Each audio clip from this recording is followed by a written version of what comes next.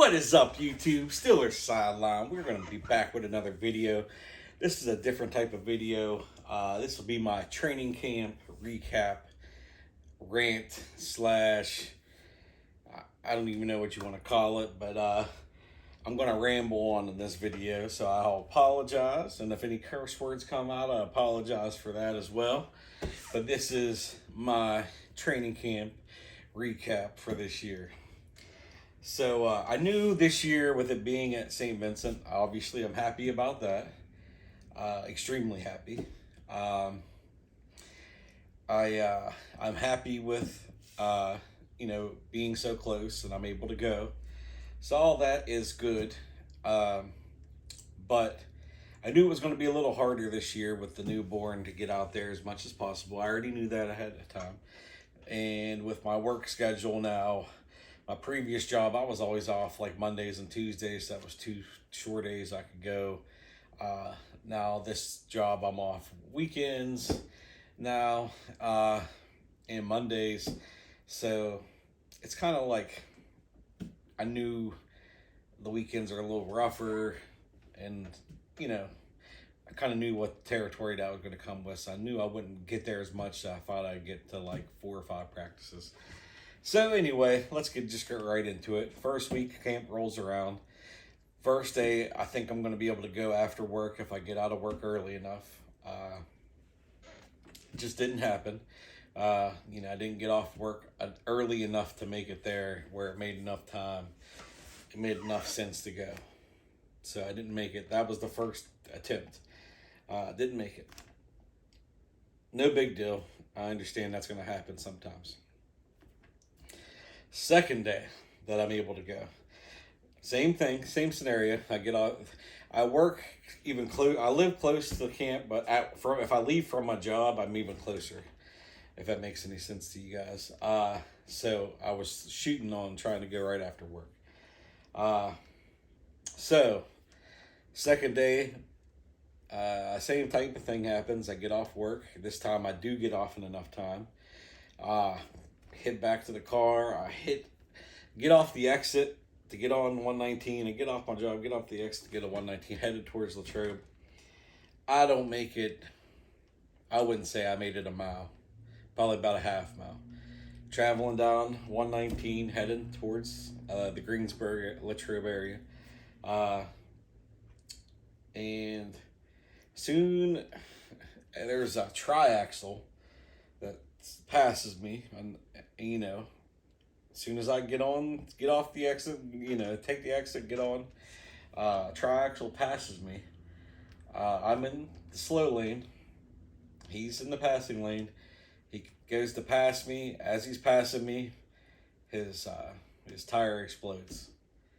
His tire explodes. He's swerving all over the road. Luckily, no accident happened. Luckily, the guy could have caused a huge accident because it was busy. It was after work time. It was probably 1:30, 2 o'clock. On the early side of work, and his tire shreds,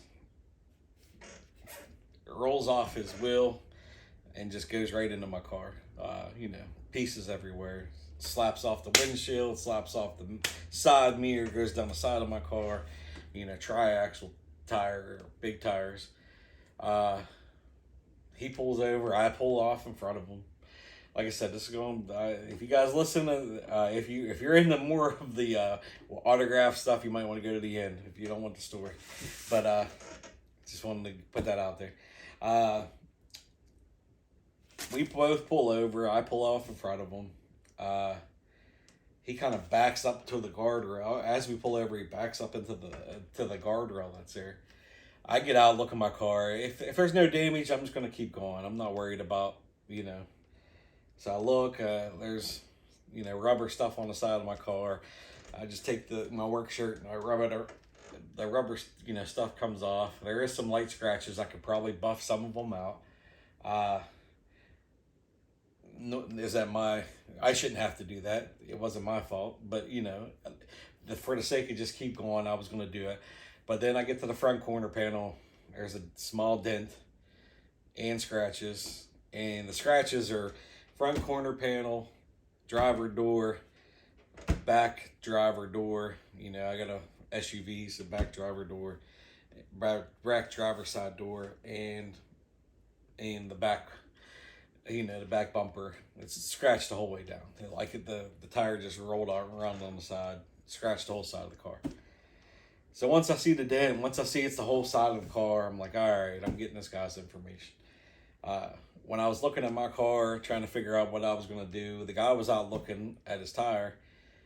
But at this point, the guy's gone. I don't know where he went to. He just disappeared. I don't know if he went down the road. I don't know if he went into the woods. The guy's gone. So I call the police, file their, you know, the report, get an incident report, because I feel like this is weird. If that had been me and my tire hit another person, I would have went over and be like, you know, apologize. Let me get my information. You know, sorry that happened. Whatever. Everybody all right? That type of thing. You know, I would have went over and approached. He didn't come approach me. He actually hit, which is weird. So I called the police. Police got there within minutes. So the police goes up to him first. I get out of my car as they're talking to him. And then by the time I get over to him, the cop pulls up to me, asks if I was involved in the accident. I said, yeah, his tire, you know, explain the whole situation. I don't need to explain it again. The cop says, well, he just told me that he's fixing the guardrail over there. And I said, no, his tire, he wasn't fixing the guardrail. So this guy went in his truck while I was looking at my car, grabbed some tools and pretended to be fixing the guardrail if a cop pulled up. So now I'm like, okay, this went totally left now. So the cop's like, well, I'm going to have to talk to him again. So, you know, I go up to the truck, start taking pictures, realize that the guy don't even have a license plate on the back of his truck. It's an asphalt triaxle truck. Guy don't have a license plate on the back of his truck. His tires are all completely bald, some with cable show. I'll probably have to show pictures of this stuff too, just so you don't think I'm exaggerating. Day 2, I'm supposed to be at camp. I had to call the cops. Cops had to file a report. This guy doesn't show any proof of insurance. End of story to this, you know, this madness. He never provides proof of insurance to the cops while I'm there. The cops give me an incident report and say, if he does provide it, it'll be in here.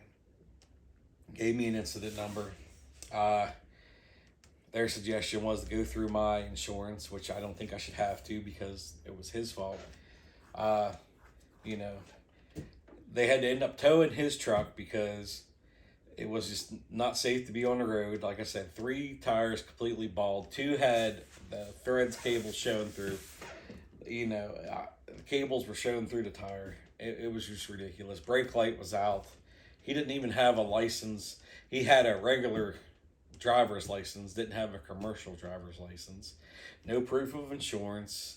It was a mess. So I'm on the side of the road for about an hour dealing with this. So boom, there's my second day of camp. At this point, it's not worth going. By the time I make it there, practice is going to be over. I turn around, go home. There's my day. I actually don't go home. I go to State Farm, talk to them about this insurance, file the claim, do all that mess. So there's my day 2 of training camp. Day 3 of camp is a Saturday. And my 2 work days I tried to go. Saturday, I'm off. I'm just going to try to go to camp. That was Friday, I think it was. Thursday, I didn't make it. Friday, that happened. Now it's Saturday. Saturday happens. I get a late start. My wife is late. Surprise, surprise. This was a whole family gone. Her dad's in town, so we were all going to go. We got a late start, so we left. I can't even remember what time. But anyway, we go down, we get in line, and traffic is just unbelievable. It's the first Saturday practice. Traffic is just unbelievable. The best weather day. I sat in traffic for 45 minutes just to go back down. I went down, when you make the left off of 30 to go to St. Vincent, if you guys are familiar with that, there's a roundabout all the way. If you take that road all the way down, there's a roundabout.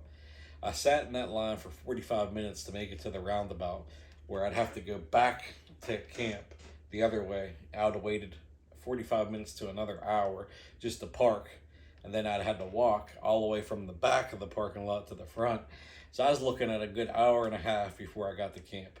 and we were already running a little bit late. So, needless to say, after the 45-minute wait just to get to that roundabout, we took the roundabout out and just said, we're not going to make it. So we would have missed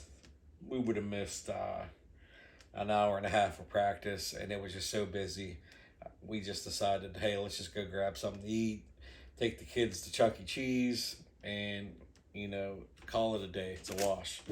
So that's my third day of camp. Didn't make it. Still haven't made it. Didn't make it at all. So then Monday finally comes. I go Monday. We have a good time. The kids go. I took the kids. Wife had to work. So I had all the kids, the baby, everybody. That makes it a little difficult, but they were good. It was fun. Got some autographs. Took them on the coach side, so I'll show you some of that. My daughter gets me these posters from like the book fairs they have. So she got this, took this to get it signed. A lot of coaches and stuff on that. And then this was her other one. So one for each kid, and we got a lot of signatures on there. Pretty much every coach signed except for, Tomlin. And we missed, I wasn't prepared, so I was taping these painters tape. I was taping that to the posters when Brian Flores went down. We missed him as I was taping the poster. He walked past, and I was like, that's the coach. And he was already turning the corner by the time I had it taped and it was ready. So we didn't get him, unfortunately, that day. We did get Max Starks. He's on both the posters, and he's on this mini helmet. And I didn't really get it properly prepped because it was just like, I didn't know he was going to be there. Holy crap, it's Max Starks, blah, blah, blah, blah, blah, blah. Hurry up. And this is the kind of sig we got him on a mini helmet. I'm still debating if I might just wipe that off. It's kind of not up to par for my mini helmets. And then we got Mitch Trubisky on this ice helmet, but he's no longer on it. He used a dying Sharpie on it. My daughter went and got his autograph, and the Sharpie was just dying. She went and got it for me. So I wiped it off with this ice. And then we got George Pickens on the other side. I'm to the point where if it's not a great graph, I'm just going to wipe it. I'm not keeping it in the collection. I might be getting picky, but we got Pickens on the back side. That's just the way I am. It has to be a nice, clean sig, or I'm just not going to keep it. But I did take a picture of it. I'll show you. You let me know what you did, if kept it or not. But I thought it was a kind of a crappy graph, so I chose not to keep it. Kept Pickens on the back side. So we got Pickens, Trubisky, and that was our night. And we left. They were ready to go. They didn't want to wait for everybody else. So that's, a solid success. They had fun. I like to take the kids to the coaches' side when they come down because it gives them a little bit more confidence. Coaches are nicer. Coaches sign more. They're not really like, it gives them more confidence to get graphs. So the next day I'm able to go is, or I might have went one other time. I think I just went and looked. Yeah, I think I just went and looked at and debated on staying and oh yeah, that's right. How can I forget this? Then I made it down for another one after work. I think it was the Tuesday. And we're trying to get graphs. We end up getting a few on this little poster. Well, actually, I was by myself, so I got a few on this little poster. Nothing. It's kind of just like one of those, but it says St. Vincent College training camp or whatever, because I didn't have anything really to get a lot of people on this year. I wasn't carrying a bunch of stuff over. And as soon as all the good players came over, Trubisky, Pickett, they were all signing at once, getting ready to anyway. They signed like 2 graphs. It just lets loose downpours. They all run away. Everybody, Bush was over there. Everybody was signing a torrential downpour. Ruins the end of, like, I waited to the end of practice as autographs were being signed and just completely ruined it. So that's how that ended. No good graphs that day. I think I got Mason Rudolph on that and Tyson Alawali. And that's it. So then Friday Night Lights was my next practice. So I go to Friday Night Lights. I did get Max Starks on this Super Bowl 43. Added him to this nice little helmet. Added him under Aaron Smith there. make it to practice, and if you guys know that, it gets to about 6:15. Thunderstorms let loose. Thunder, lightning, torrential downpours, flooding. You name it, it happened that night. Practice gets canceled. No autographs. Don't even get to see practice. I just wanted to watch that practice, honestly. I was more just wanting to sit down and watch a practice. And that's the only graph I got. And that happened there. And then I tried to go today, which is a Monday. Was off, took all the kids down. Brian McFadden was supposed to be there. B-Mac, I needed him on this helmet.